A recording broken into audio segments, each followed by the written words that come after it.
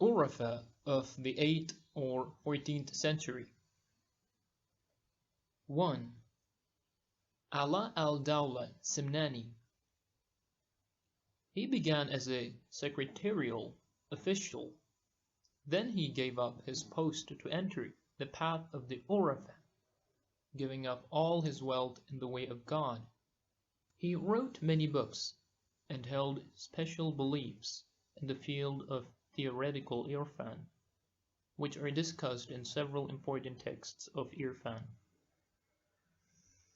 He passed away in 736, 1335. Amongst his disciples was the well-known poet Khwajawi Kermani, who describes him thus: "Whoever flourishes upon the path of Ali, like Khidr, finds the springs of life, getting relief from the whisperings of the devil. He becomes like Ala al-Dawla Simnani." 2. Abd al-Razzaq Kashani.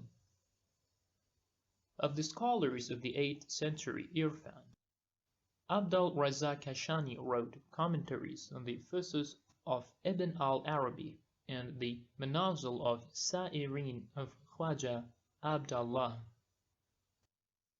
Both of these have been published and are referred to by scholars. According to the author of Rawdat al-Jannat, in his account of Sheikh Abd al-Razzaq Lahiji, Abd al-Razzaq Kashani was eulogized by al-Shahid al-Thani. He and Ala al-Dawla Simnani had heated discussions on theoretical issues of Irfan that had been raised by Ibn al-Arabi. He passed away in the year 735, 1334. 3. Khwaja Hafiz Shirazi.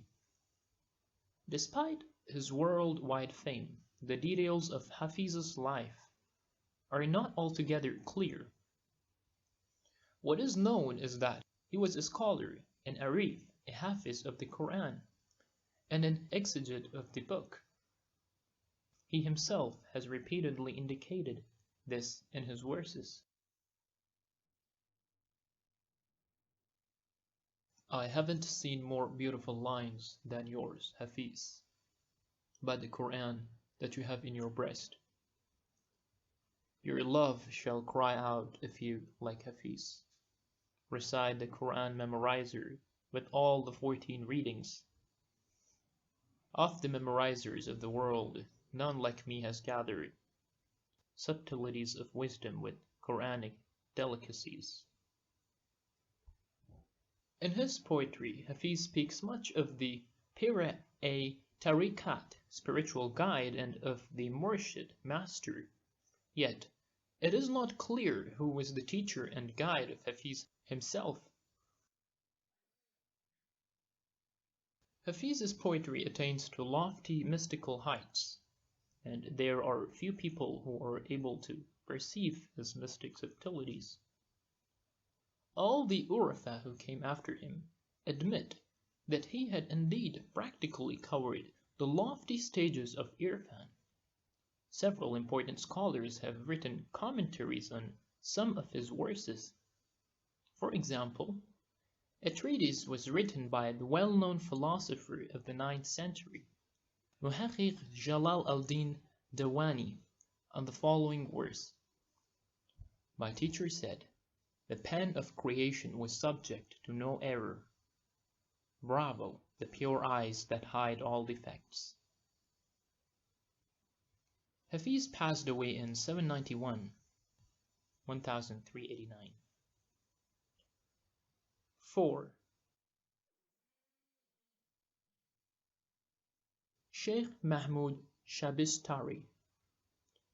He is the creator of the sublime mystic poem, Gulshan-e-Ras, the Garden of Secrets.